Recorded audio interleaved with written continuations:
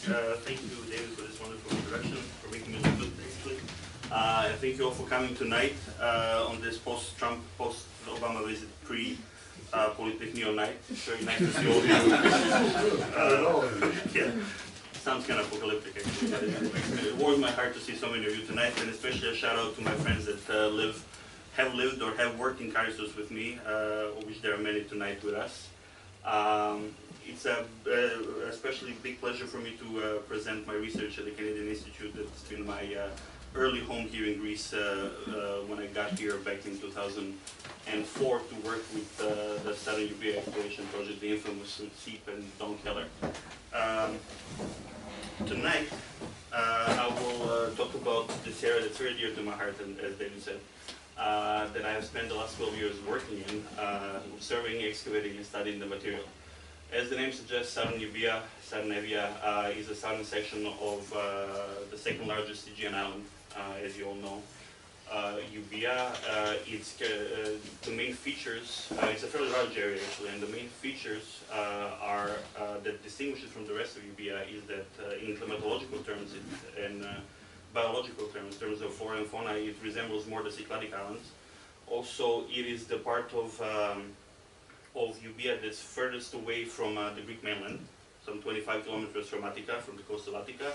And also it's the part of Euboea that's closest to the Cyclades, the northernmost Cycladic island of Andros. Well, the northernmost Cycladic island I consider to be Southern Euboea actually, but we'll get to that. Andros is close by, only 12 kilometers as the crow flies. This is a fairly large area, actually, and it has a lot of subregions and subclimates as well, and subvegetational zones. The main ones are the Bay of Karystos, this horseshoe-shaped bay that kind of defines the entire area, that's flanked on its west side by the Parsimari Peninsula, and on its east side by the what we call a Borovska Peninsula, basically because the area is so large it does not have a local name for the entire area. The locals refer to it based on different regions. Boros is the main. It's a village on the western coast, somewhere here, and Kastri is a village on the eastern coast, which is why we use it.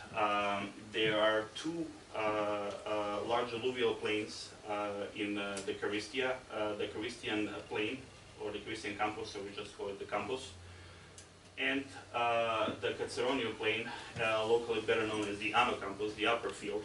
And there's Mount Ohi, and various hills and mountains that kind of radiate from it, that gives a very specific flair to Southern Euboea. It's a mountain that's 1,400 meters above sea level. It's visible from very far, so it might have played a role in early navigation.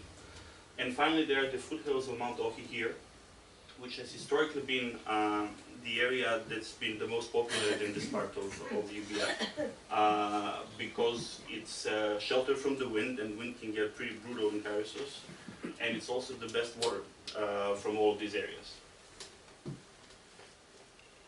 So today's topics, it's a bit of a amalgam of things. I've chosen to illustrate my recent research in the Karystia. The survey just finished this 2016 with a field season, with a study season supported by the Norwegian Institute at Athens, and also put this in a slightly broader context to discuss some of the features of the Karystia and how they may relate to the events happening in contemporary, in the rest of the Aegean at the same time. And because of my personal interest in these periods, we will focus on the Final Neolithic and the Early Bronze Age, which are conveniently the best represented prehistoric periods in the Karystia. Although we have some late Neolithic, we have some Middle Bronze Age, and we have almost none of the Late Bronze Age. And I will briefly discuss some of my views on the origins and types of maritime interactions in the prehistoric Aegean from the Karystian perspective. Now, incentive to work in this area, other than this being really pretty and having nice beaches and having great food and being generally an enjoyable place to be, are many. But for me, the most important is that it's a kind of a bridge area that connects the insular world of the Cyclades and the mainland Greece. So it's at the same time liminal to both, but also connects them both. And you can see this in the archaeological material. You can even see this now in some features of the local culture. It was a potentially, almost certainly, I'd say, a very important participant in prehistoric maritime interactions, if for no other reason because we have huge amounts of obsidian found in that area that came from Milos, but also other stuff as we will see soon. And also, once I got involved in work with work in the Karystia, and got involved in entire maritime archaeology and early Bronze Age interactions, I wanted to try to take some of the common models from the maritime archaeology and the insular archaeology and try to apply it into a specific delimited area, because insular archaeology usually tends to take a rather broad sweep over much wider geographical spaces. Now, the sources of archaeological evidence that I will rely on tonight are many. In fact, the southern Euboea, the Karystia, has been one of the best surveyed parts of Greece. Sadly, this is not always translated into a lot of published work, but we're working on it. Donald Keller from Boston started it all. In fact, he started the surveys that were focused on southern Euboea specifically, although the area has been part of the pan-Euboean surveys that kind of grazed it basically in the process of their work. But Don Keller's dissertation survey back in the late 70s was the first one that actually focused on this part of Euboea. And you see it here. He basically was a one-man survey. He basically followed the Bay of Karystos, the boundaries of the bay. Despite being a one-man survey, Don has uncovered a huge amount of material, new sites, and especially prehistoric sites, because until then only a handful of prehistoric sites were known. After Don surveyed, the numbers jumped to 20s, 30s. Following his survey, there's been the Buroskas tree survey, or as we call it, the route survey. Basically, the surveyors tried to follow what they perceive to be ancient or modern thoroughfares in the landscape and see whether they can locate some material along them, or if they could lead them to certain concentrations of the material, what we usually refer as find spots. It was an extensive survey that covered a very broad area in not much detail, but it still produced quite a bit of material. And it's not on the list here, but currently there's an ongoing project by the Dutch Institute and the VU University in Amsterdam that's focusing on this area as well, applying some of the more modern techniques using drones to survey and things like that. But it just started last year, so we don't have much information from it yet. The Paximades survey here was the first intensive survey that happened in this area with the goal of covering the entire designated survey location, survey target. Also produced a large number of prehistoric sites. The campus survey was the first survey that I directed here that covered the part of the Karystian campus not surveyed by Don during his dissertation survey. It was a bit of a test survey, so to speak, because one of the goals was to try different methodologies to see how the results that come from them are different and how much they're helpful in understanding the past events and past use of the landscape. So 1 year we followed the route survey methods following the thoroughfares, and another year we did indiscriminate survey of a non-random sample. We basically tried to cover all the features in the landscape, all the geomorphological features. And finally, the Norwegian Archaeological Survey in the Karystia, NASK, speaking of acronyms, they just finished, and we're going to get to that in a little bit, so I'll hold off with any details. And there has sadly been very few excavations in the area that focus on prehistoric sites. I have the Aegean cave in red here, not because I did it, but because this is the only project that specifically targeted a site for prehistoric material. All the others were done by the local effort from Halkida, the former Iota Alpha effort, now the effort on Antiquities of Evia. Placari was done by the SEEP team, actually, with the permission of the effort. It was a 3-day small clearing excavation. And I should probably tell you that Placari is under the excavation now by a team from the, again, VU University of Amsterdam, led by Jan Paul Tiller. But they focused on the geometric and classical material, although they have found a lot of Final Neolithic as well. Aios Iorios, here in the campus, probably the largest early Bronze Age site in the area that we know of so far.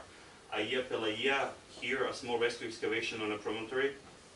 And of course the Aia Triada cave further up in the hills. Now, how one defines the Karystia really depends on what set of criteria one chooses to take into account. So some of the definitions, and there are others, when I've talked to people locally, one person would tell me that, oh, Karystia goes up to here, up to here. Another person would tell me, no, it goes to this Listos plain. But just as an illustration, this is probably the boundary of the classical polis of Karystos.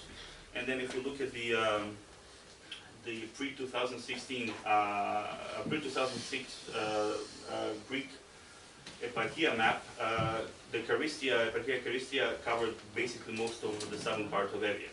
I think actually that for the purposes of examining prehistoric events, these definitions are inadequate. So what I like to see as prehistoric Karystia is has a much narrower distribution than covering the entire southern portion of the island. First of all, I would include there the watershed, the southern watershed of the Ochi mountain, and add 2 areas here and here that are easily accessible. That were easily accessible in prehistory without the use of any portage animals or any other means of transportation, of which we have no evidence at that time.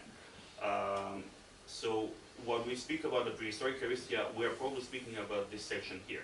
Not saying that people did not live here, because they did. We have evidence of that.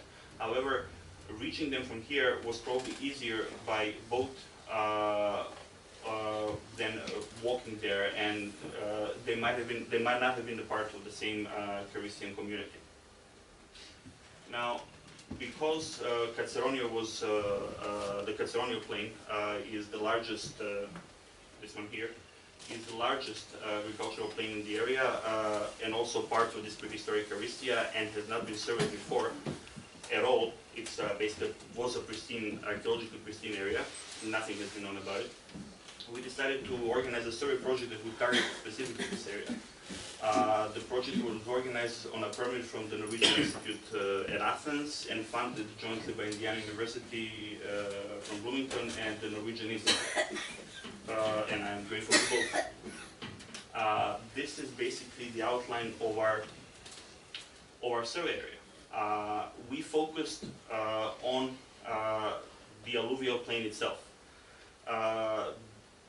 About 20 square kilometers of the alluvial plain itself. Our official cutoff was where the ground slopes more than 50%, under the assumption that in prehistoric times that I'm particularly interested in, the Neolithic and the Early Bronze Age, unaided agriculture would have been maybe not impossible, but more difficult on slopes that are higher than 15%, steeper than 50%. And please correct me if I'm wrong, as far as I know, there's still no solid evidence that, for example, agricultural terracing existed before the Middle Bronze Age in the Aegean. Well, at least back then that was the case. But we covered this area using some of the techniques typically used these days in the Mediterranean survey. I won't dwell too much on them. We basically ordered a fresh set of satellite maps of the area that we, on which we superimposed a 100 by 100 meter grid that during the first season we used as the survey grid.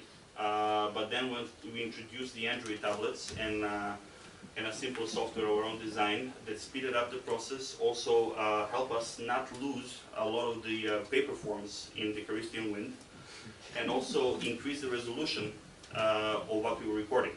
Because we had like several GPSs among us, and when we have a team of 20 more people, you constantly have to have somebody running with a GPS and record some things. So we did not take points for things that we did not collect unless we deemed them specifically important.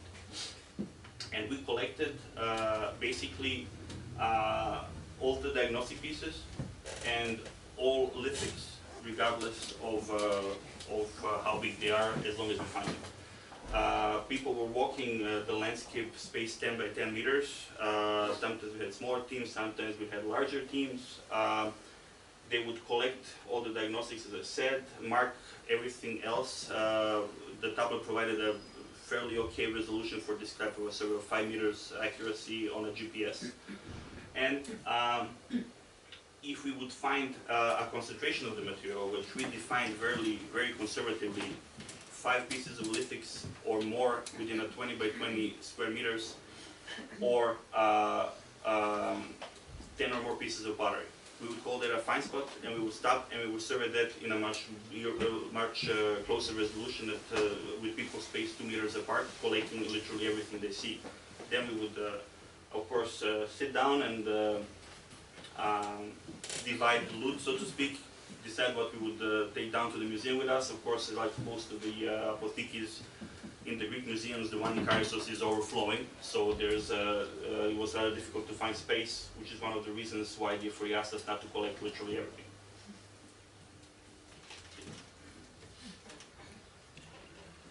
So we covered, as I said, 20 square kilometers. Our goal was to we were going for the total coverage, basically to cover as much as we can.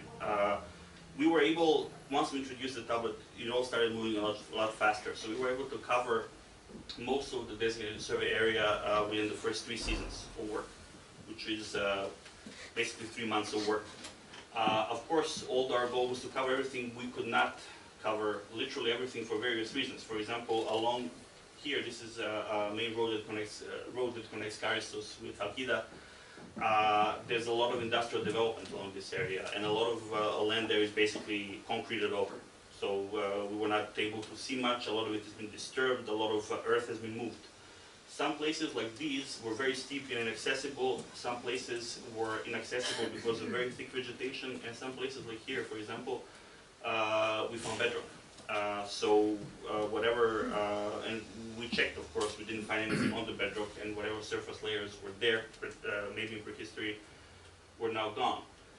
And in the end, after 3 years of survey and 1 year of revisitation, we found 99 sites. And I know it sounds like a made-up number, but it is 99 sites. We actually had 107. But during the revisitation, we kind of reduced the number because we realized that some of the find spots that we designated as such during the original survey, we could actually join together, because when we went back, we didn't see any differential distribution of the material between them. So we had 99 sites at the moment, of which 21 is definitely prehistoric, and of the 21 prehistoric, and there's another 6 or 7 that could be prehistoric, and we'll get to those in a minute. They're widely spread. We find them in every part of the area. You can see a bit of a gap here, and that's because, at least now, this is the part of the plain that's the least well watered and also the most exposed to the winds, as I keep saying, are pretty strong over there. So even now, there's very little habitation, and the habitation in the plain is concentrated in this area here. And apparently, it was so in antiquity as well. Most of the stuff we found on prehistoric sites, all our prehistoric assemblages basically consist of lithics. 98% or more obsidian, and when I say lithics, I mean a lot of lithics. On the surface, we have found, in this plane, we found, I don't know the exact number, and not all of them have been counted in studies, but we have at least 12 or 13,000 lithics from the surface. And generally in Karystia, we find a lot of lithics, whether as sites, as find spots concentrated, or just spread out in the landscape, we have almost 30,000 lithics from the surface. In fact, we found fewer lithics when we excavate a site than we do on the surface. And we also find pottery. Most of the pottery being prehistoric, being exposed for prolonged periods to the elements. It's rather worn, rather crappy, for lack of a better expression. Difficult to study, difficult to understand. Few diagnostic pieces. Difficult to date as well. And we also have a lot of sites that are consisting purely of they consist purely of lithics. So not a single sherd of pottery, but a lot of lithics. And this is a pattern actually that repeats in this area. This is a pattern that we first noticed in the campus survey actually. But I'm going to skip that for the interest of time tonight. There's a completely different topic. Why are these sites like these, and why do we find so many in this area? Because we don't have them elsewhere in Greece, not in such a big concentration. And what does it mean? And to illustrate one of the, I'll take one site to illustrate, site of the sites we found to illustrate what I'm talking about, what a typical, well, not exactly typical as you will see, but almost typical prehistoric site is like in the Caesarea Plain. This is the find spot 120809, unimaginatively cold. Fortunately, there was a local name for it, Gurimadi. And you see here a picture from the top, looking towards east, towards Mount Oki. Campus is here in Karystos, behind this picture, and this is the Caesarea Plain. And you can see it here, Caesarea Plain here. And the site, I don't know how well you can see it, it's like a rock outcropping and on the ridge that marks the southern boundary of our survey area and of the plain. A very interesting site,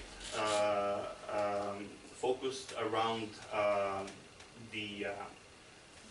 this natural rock outcrop that provides, first of all, amazing defensive location, also an excellent outlook point because you can see everything, all of the Karystia that I described as prehistoric Karystia can be seen from this point, as well as see Kea, which is visible from anywhere in the Karystia actually, but also see the maritime approaches to the Bay of Karystos, as well as the maritime approaches from Attica across the Euboean Gulf.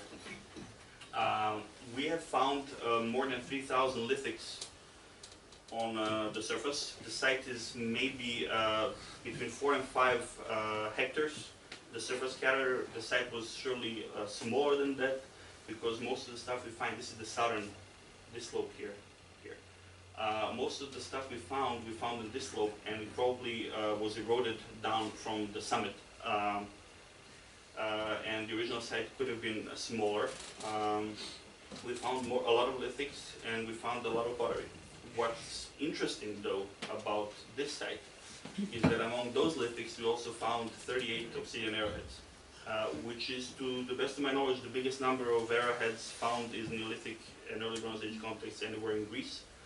And please correct me if I'm wrong. As far as I know, Pangali site in Etolia, a Danish excavation, produced a similar number of points, not all of them obsidian, most of them chert. But it was from an excavation context of a settlement. We found all of this on the surface. We have a couple of them that are also made of chert, but most of them are obsidian.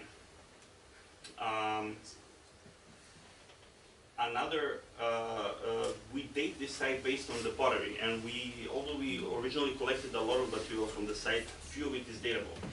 And you can see here some typical pieces that I've chosen for this presentation. We have the elephant luggage, you can usually see it. We have the cheese pots. We have you can barely see it here. This is a red burnish bowl, spreading bowl with thin rims, vessels with impressed bands, all fairly typical to the Final Neolithic period, maybe towards the end of the Final Neolithic period, transition to the early Bronze Age 1. Sadly, we cannot say more from the survey material, and to get a better understanding of the chronology of the site, we will need to excavate it. Why also we would like to excavate it is this. I don't need to tell you how rarely this is found in surface lying around anywhere. We were very happy about it. I actually teared up almost when we found it.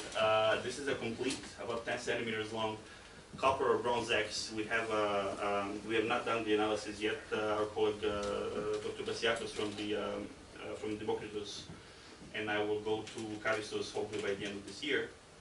It's a small gaping axe or a chisel maybe of copper or bronze. We'll call it bronze just for convenience sake for now. It belongs to a very early type. I can't remember honestly, the number escapes me. If you want to go with the Brannigan's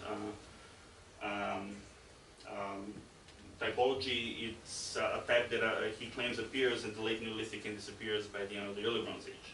But it's completely preserved in its entire length, and you can even see marks there, probably mold marks, and you can see it.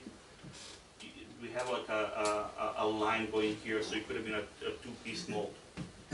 So based on the pottery, let's say that this axe on this specific site could be dated towards the end of towards the second half of the 4th millennium BC. So still a very early product.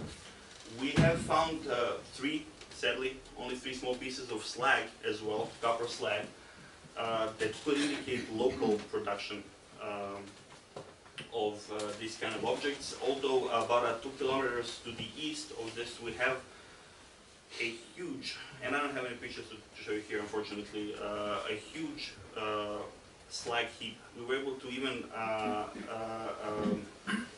determine the location of 6 different furnaces. We believe mostly iron. However, we also find evidence of copper smelting, and at least in the Central Balkans, in my experience, a lot of Iron Age foundries, a lot of Iron Age metallurgy sites were actually established on Bronze Age copper heaps because of the material that's discarded during the Bronze Age. In the bronze production is rich in iron, and they can be, since it was already treated, heat treated, it's easier to extract iron from it. So this could have been the case as well. Sadly, we did not find a single sherd of pottery with that huge, and when I say huge, we have layers of slag, like the primary slag, the one that you just pour out, this thing. I mean, it's amazing. You have to see it to believe it. And the furnaces, as I said.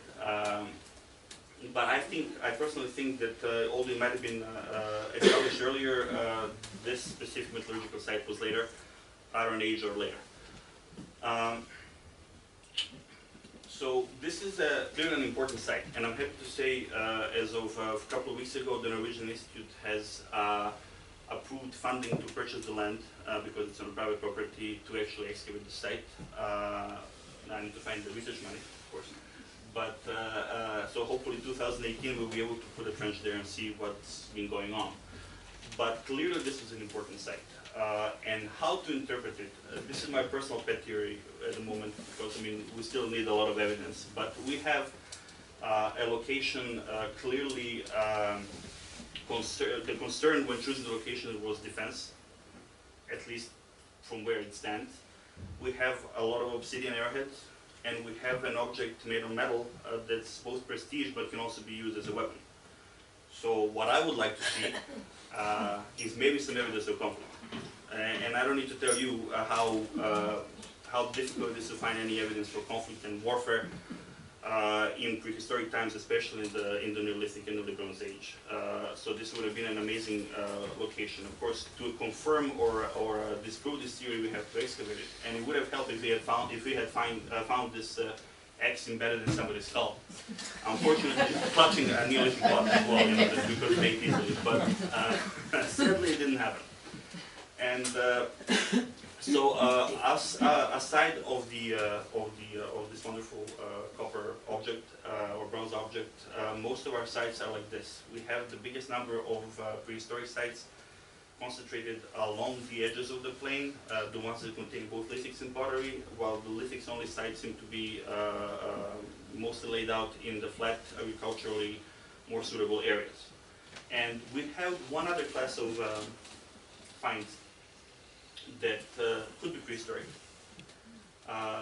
There are, and I'm afraid to call them cysts, honestly. That's why I refer to them as stone-built enclosures. You see them here. This is a drawing, I don't know how well you can see it. We literally found no material with them to date them. We didn't find any bone, human or animal. We didn't find any, in the immediate vicinity at least, we didn't find any lithics of pottery. We found pottery within 100 meters from them, but the landscape in Karystia is full of lithics to begin with, so it's not any kind of indication. What makes me believe that these are objects or structures, if not prehistoric, then definitely ancient, is first of all we did some kind of ethnoarchaeology. We basically found the oldest people in the villages and asked them whether they've seen something like this and if they know what it was used for, and they hadn't had a clue. Also, in formal terms, these resemble the cyst graves we find in some locations, some sites in the Neolithic, end of the Neolithic and early Bronze Age in Greece. Most of, actually, remind me more they're more reminiscent to me, at least, on the graves of the Final Neolithic Kefala than they are on, let's say, cysts from other later period sites. They always follow the same pattern, though. We have a natural outcrop, which on one side, usually north, has this stone enclosure, and then on another side, and this varies, has another enclosure, and you see it here built of large slabs of local schist. How to interpret them, I don't know, but one possible evidence that these are prehistoric is that their distribution, because you see them here, these black triangles, and the green are the prehistoric sites along the eastern edge of the plain. This is a huge lithics and some pottery site. This is the Gorimadi. This is another smaller site, and these are the distribution of these stone-built enclosures. Imagine some of them were lidded. We still find evidence that they had lids on top of them. So just based on their location, it's possible that they were related to the prehistoric habitation in this part of the Karystia. But yeah, this is just a hypothesis.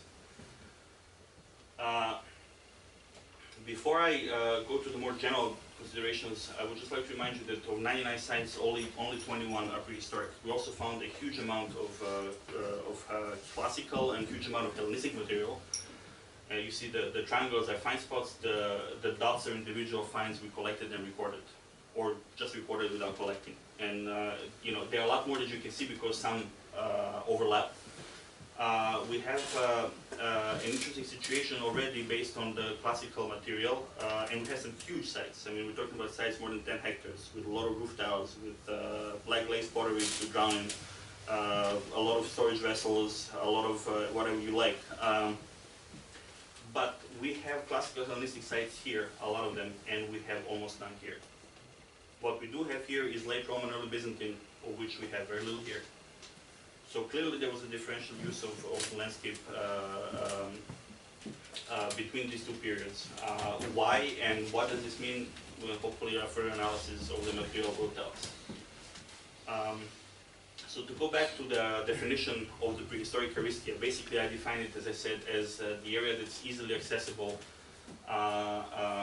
without using any means of transportation that were lacking there. So in order to examine Karystia's role in the maritime interactions and the interinsular interactions, we have to first examine its insular credentials, so to speak, because although southern Euboea is part of Euboea, which is an island, southern Euboea, I think, is an island in its own right as well.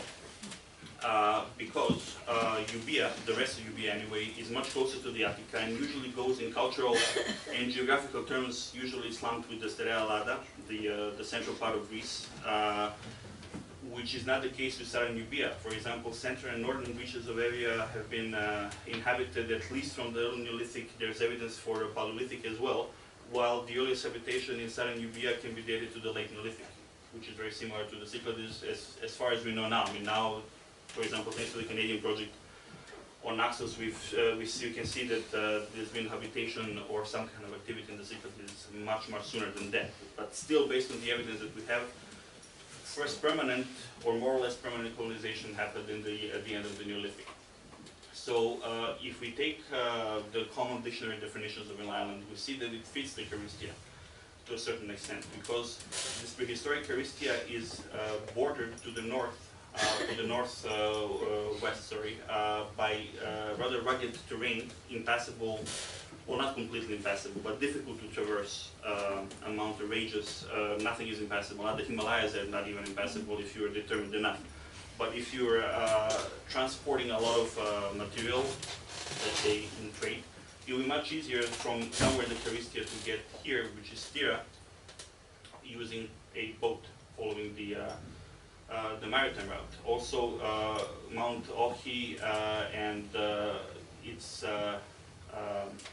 tributaries, so to speak, make this area also very difficult to traverse. And I had a good fortune last summer to actually go there for an Andalusia with the effort for caves, and seen some areas that I haven't seen myself before, and it was really rugged and really difficult to get to, and they took a lot of walking. I mean, of course, I'm out of shape. You know, the people in Neolithic would have traveled much easier on the landscape than me. In phenomenological terms, if you want to go that route, Southern Euboea seems to be insular, because when you're standing somewhere in the Karystia, when you look to the north, you see a long range of mountains and hills truncating your view. But when you turn to the south, I mean, this is where it opens up. You can always see Kea, unless it's really, the weather is really bad. From the right location, you can also see Andros. In the nice weather, you can see Tinos, you can see Kithnos, Sifnos. I've seen Syros, and never seen Naxos, although theoretically it should be possible to see Naxos as well, depending on your vantage point. So I think we can consider, I personally consider Southern Euboea to be an island separate from the rest of Euboea. That's why I usually refer to it when I write about it as the Karystia, Karystia. Karystos actually, also if you want to use linguistic evidence, but let's not get into that now. Of course, being an island doesn't mean it was isolated, as we all know now. And there's a lot of evidence of the Karystian participation in the Aegean maritime interaction networks in the early Bronze Age and the Final Neolithic. And the evidence is based on the presence of actual imported objects. We have copper or bronze tools. Here is a one from a secure Final Neolithic context, an awl from Final Neolithic context in the Aegean cave. We have tweezers also from the Aegean cave from the early Bronze Age too. We have imported pottery, clearly not made in the Karystia, based on microscopic and microscopic examination. We have lithics. Did I mention how many lithics? We have a lot of lithics. We're drowning in lithics over there. And we have some chert, and I don't have a picture of chert here, a piece of chert, but we have a very small amount of chert, most of it non-local. Although there are local cherts in the area, there's some greenish chert of very poor quality, only one tool has been found made of this chert. Everything else is made either of obsidian or pretty high quality chert, including honeyflint, coming from elsewhere in the Aegean. In stylistic terms, we also see evidence of close interactions, because the pottery in the area shares stylistic features with the rest of the Aegean, both in the Final Neolithic and early Bronze Age. You see Final Neolithic and early Bronze Age. These are, of course, the representative pieces. Most of our pottery doesn't look this good, but you have the pattern burnish stuff. You have the wares. We have the pots, red burnish, Final Neolithic scoops, storage vessels, pithy or jar in this case, decorated with impressed band. And when you go to the early Bronze Age, herringbone pattern decoration, kerbschnitt, impressed circles and spirals. These lovely things, there are handles with radial incisions associated with the transport amphora in the early Bronze Age, found literally everywhere in the on the islands in the Aegean.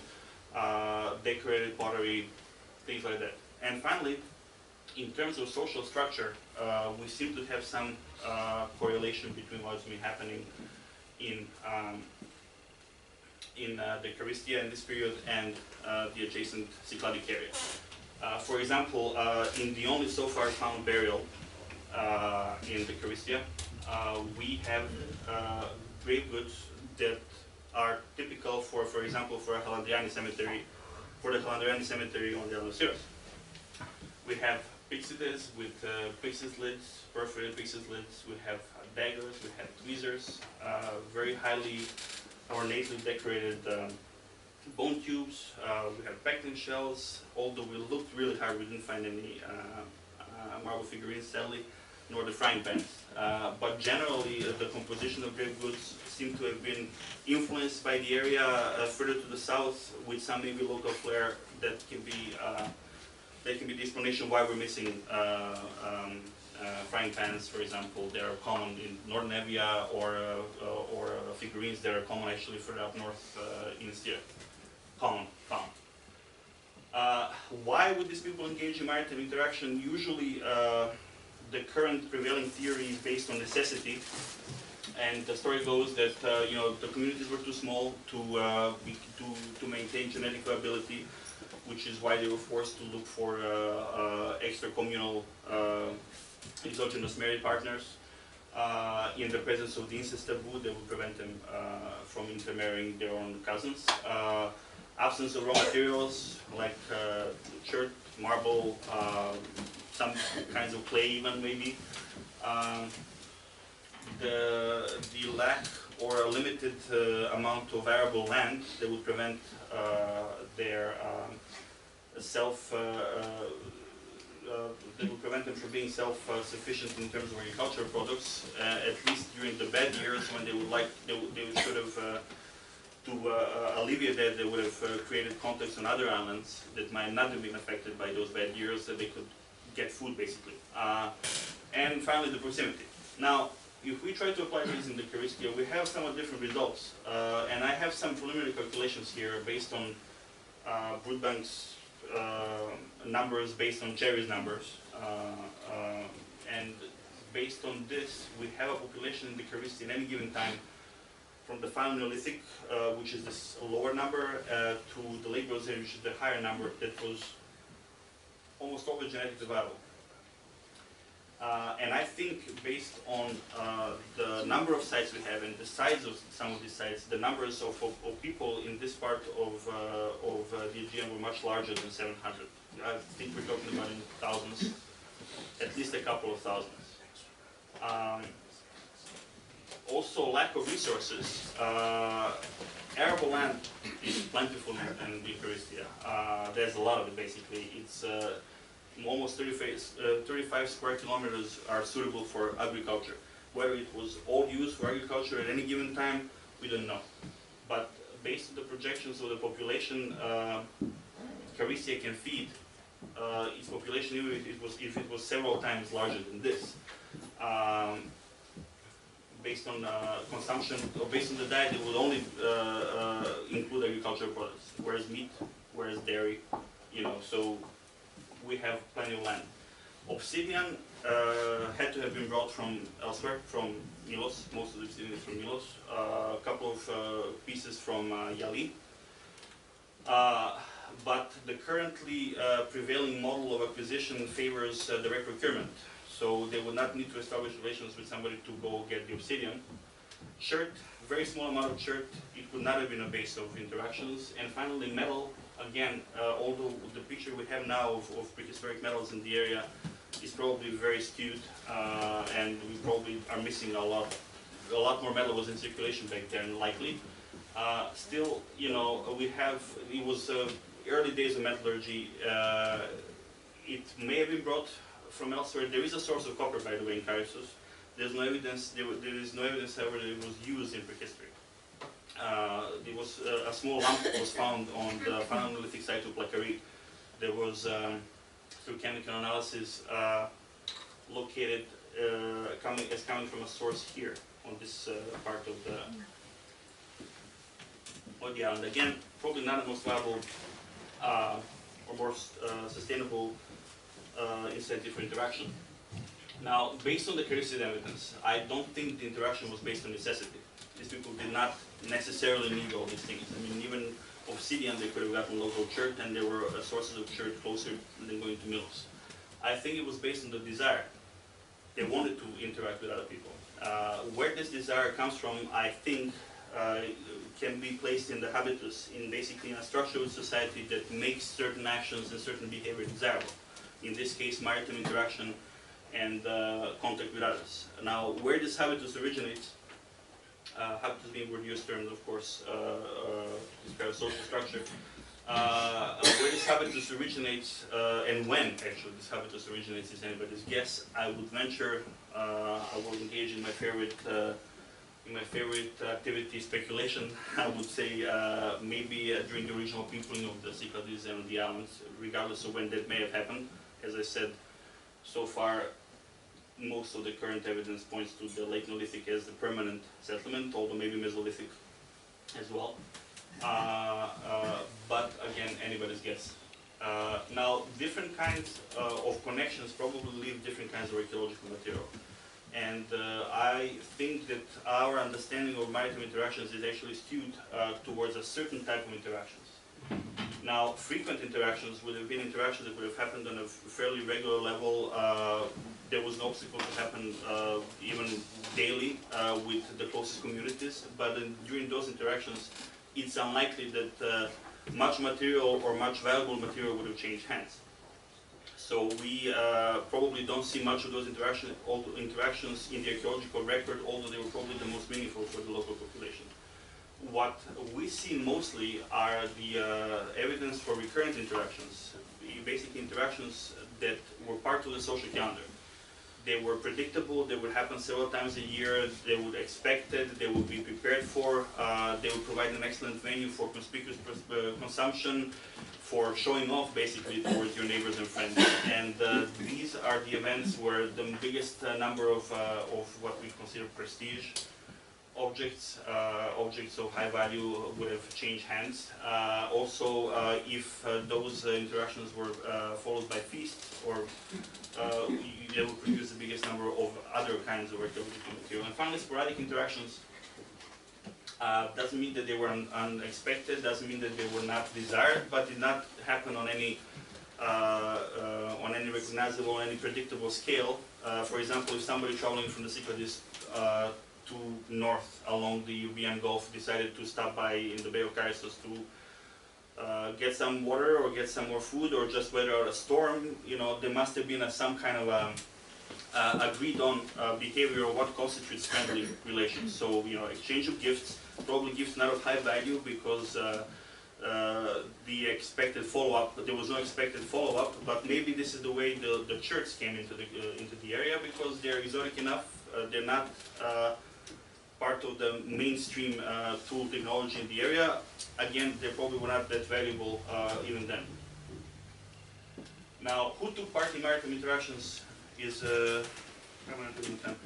difficult to say because we don't have any differentiation in the distribution of objects in the Karystia. We have a bit more of imported objects and more of these prestigious objects in Aegean triada. Aegean triada is a burial context, so we cannot really we cannot use as a proxy to understand the habitational patterns. And very little evidence for actual people. We don't have any dead people. I mean, even with the smallest number of projected population, with the then life expectancy and the birth rate, we would expect to find a lot of dead people. We only have 9 in the Aegean cave. Buried, mind you, separately from everybody else. Why? There are different interpretations. Read our history article for details, but I think personally that they were in some way differentiated from the rest of the community in life, that they were buried there. But the only evidence we have for that people is the Aegean burial and the cysts that we can date. And this cyst that we also can date, but it's on top of a Merle Bronze Age site, the Euboea, and it looks fairly, you know, cysty. So we can, you know, say that maybe it was used in the prehistoric times. And to conclude, I think, to just summarize basically, I think that the Karystia was an island in its own right. It had its own community of people that were separate from the rest of Euboea and took life in their own hands and participated in the maritime interactions both with the south and with the north and with the west and the mainland Greece. We have a lot of archaeological documentation for that. We have a lot of evidence that influences from both mainland and the insular world of the Cyclades merged and met in the Karystia. I think that there was no real necessity that would have driven them to interact. I think the interaction was based on desire rather than necessity. How important the interaction was to everyday life of people on the mid and long-term scale, probably a defining feature, but in everyday life, even if it was a desirable social practice, social standing and social place in a society of a person varies on a broad spectrum, and maritime interaction and participation in it was probably just one of the facets of the person's place in a society. Different types of interactions will left us with different evidence, and I think we skew towards these kind of recurrent interactions. Based on what we know now, there was no differentiation in access to these interactions, but again, we're missing evidence.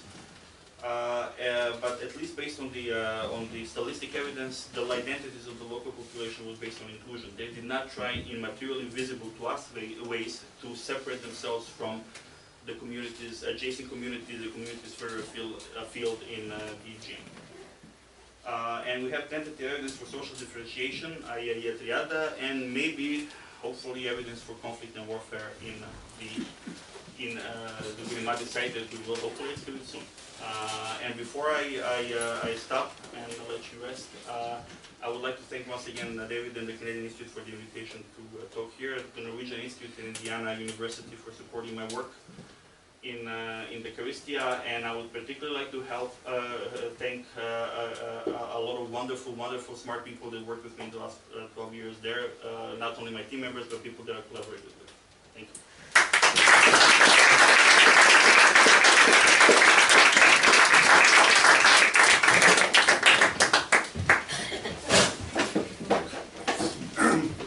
Questions, comments, reactions, opposition?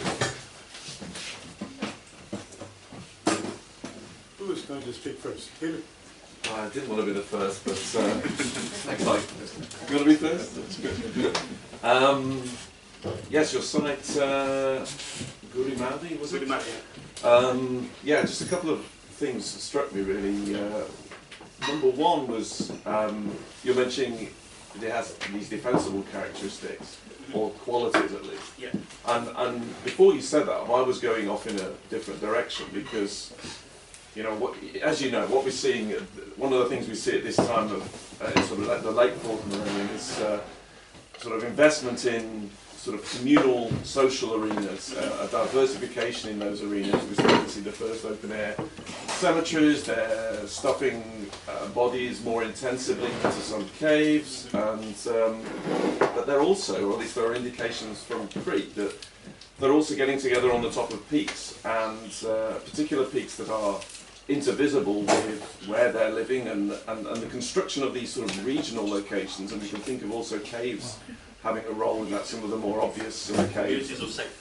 Yeah, and so I was kind of going in that direction, and the other thing that kind of maybe feeds into that is that Keith Brannigan, when he surveyed up in Xiros region in East Crete above Satia, found a copper axe in a landscape not unlike what you're dealing with, that looks very much like the one that you found. So I sort of, I mean, you don't need more parallels. That's a type that's well understood. But it's kind of an interesting coincidence that it's, and it's in East Crete as one of those places where they are getting together on peaks that are indivisible between these valleys, and kind of constructing, pulling together their sort of dispersed settlement patterns into a sort of regional identity, or at least that would be the hypothesis. So I was sort of thinking along those lines for that site. Obviously, that's as speculative as everything else, but I would, if there's anything I would like even more for this site to be, is a quick sanctuary of some kind, rather than evidence for,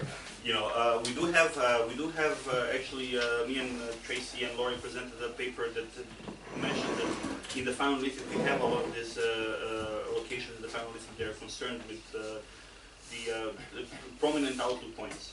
Absolutely, They are intervisibility. intervisible points. So we have them in the crystal, definitely. We have them in this part. We have them in the gross Castile, in the well, this part here actually, base out. Yeah, I hope to find a lot more of those in the future. But yeah, it's a very good point actually. I think what this site actually was, the only thing we can tell, I mean, we serve it and reserve it and then reserve it again the site. Just hoping that we're going to get some crystal information that will be like a bullet, like a smoking gun, to tell us what the site was actually used for. But yeah, definitely. Yeah. Actually, continue with Peter after. Two questions. The first is, what I didn't understand is the settlement pattern. I mean, you mentioned 21 sites. Are they identical? Is there a main settlement and the rest are small farmsteads or people moving around? This is the first. And the second is, I understand very well why you left the Oki mountain outside, but especially in Final Neolithic, we have in many instances people going up in the uplands to exploit the mountains for pastoralism. You mentioned a copper source, a possible copper source the other side of the mountain. So do you think there is a possibility? Because again, what happened, what the Zeros survey in Crete showed us is that they exploit a very strange pattern. They exploited the mountain, the uplands in Final Neolithic. Then we have a gap throughout the early Bronze Age, and then we have reoccupation of the mountains, at least in East Crete, in Middle Bronze Age. So do you think perhaps the same was happening in... Well, for Oki itself, especially the high reaches of Oki, we basically don't know. It hasn't been surveyed. That's why I excluded it. It's possible whenever you go to this area here behind Oki, and the, I don't know if you can see it now with the light, this rugged area, you find prehistoric sites. You find Final Neolithic and of the Bronze Age as well. Okay. When we were exploring this cave last year with the Euphoria, there was actually a early Bronze Age site outside of it. We didn't find anything in the cave, but we found that early Bronze Age material on top of a peak. You can see North Aegean and South Aegean very clearly. Very beautiful location, like a saddle on top of the peak. No immediately accessible arable land as well, but a lot of pottery, and could have even came from a two peaks, one of the two peaks on each of the side.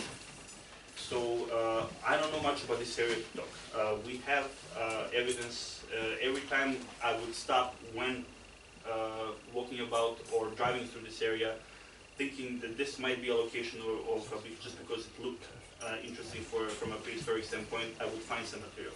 Sometimes it's on lithics, sometimes pottery on lithics, both Final Neolithic and Early Bronze Age. We have a strange situation though, just to, because I didn't have a chance to explain this. We have one location of late Neolithic in the Aegean cave. Nothing else. One of my goals actually with this area was to locate the late Neolithic and to locate additional Middle Bronze Age, maybe late Bronze Age sites, because we have one Middle Bronze Age site and we have none late Bronze Age. We have 4 pieces of Mycenaean pottery. So we have a somewhat, what you said, this pattern, it's different in some ways because we have Paleolithic and Early Bronze Age, and then we don't even have the end of the Early Bronze Age.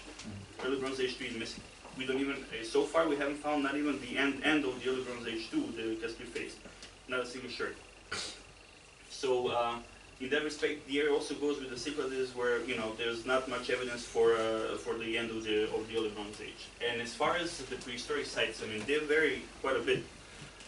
First variation is that some of them are only lithics.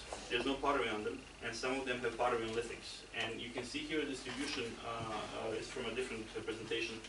The red ones are only lithics, and the gray ones are pottery and lithics. And you can see that they are the lithics only are mainly concentrated in the plains, in the flatlands, while the ones that have pottery and lithics that can be more interpreted as some kind of habitation or activity that involved and something else than just your work, are located intentionally, I think, in the areas bordering that. Then we have the composition of the sites is different as well. I mean, even among the lithic-only sites, we have some locations like this one here.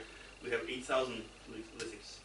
We have sites with 50 over like maybe a hectare, and then we have sites with a handful. We have most of our sites are pretty large in terms of material we found in them.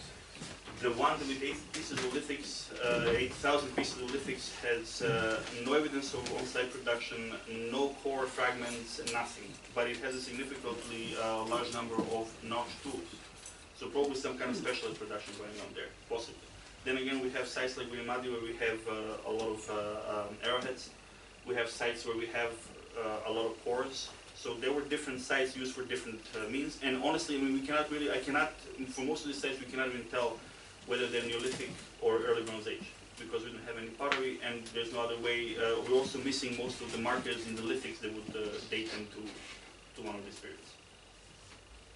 Isn't it fun to do survey archaeology? Yes. Other questions, other points? Could those cysts be, since they seem to lie almost like a ridge there, could these be storage? In other words, these are caches. People come, put things there, come back to them, as opposed to thinking them as burial chambers. I thought about that too, actually. First, I mean, I tried really hard not to think about them as burial chambers, because that's where my mind goes directly, of course. But we didn't. First of all, they're close. I mean, they're spaced, 100, 150 meters from each other. Maybe 200 meters. They're the most distant ones. And I don't know.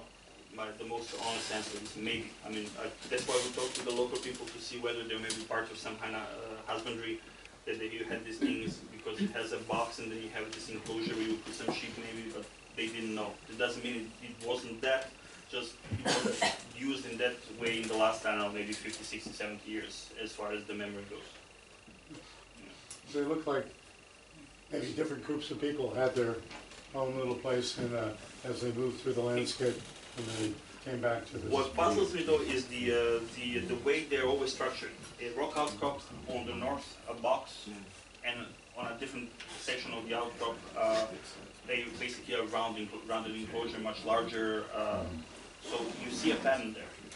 Why would you have a pattern if it wasn't meaningful in some way? It could be pastoralism. Could be. I honestly don't know. I don't know. Last question or two? From there, okay. If not, I always love to hear about Southern Euboea and our roots with SEEP, and we've gone beyond that. But obviously, the earlier foundation has allowed you to go further, and you're still young. Go do the other side. Anyway, thank you.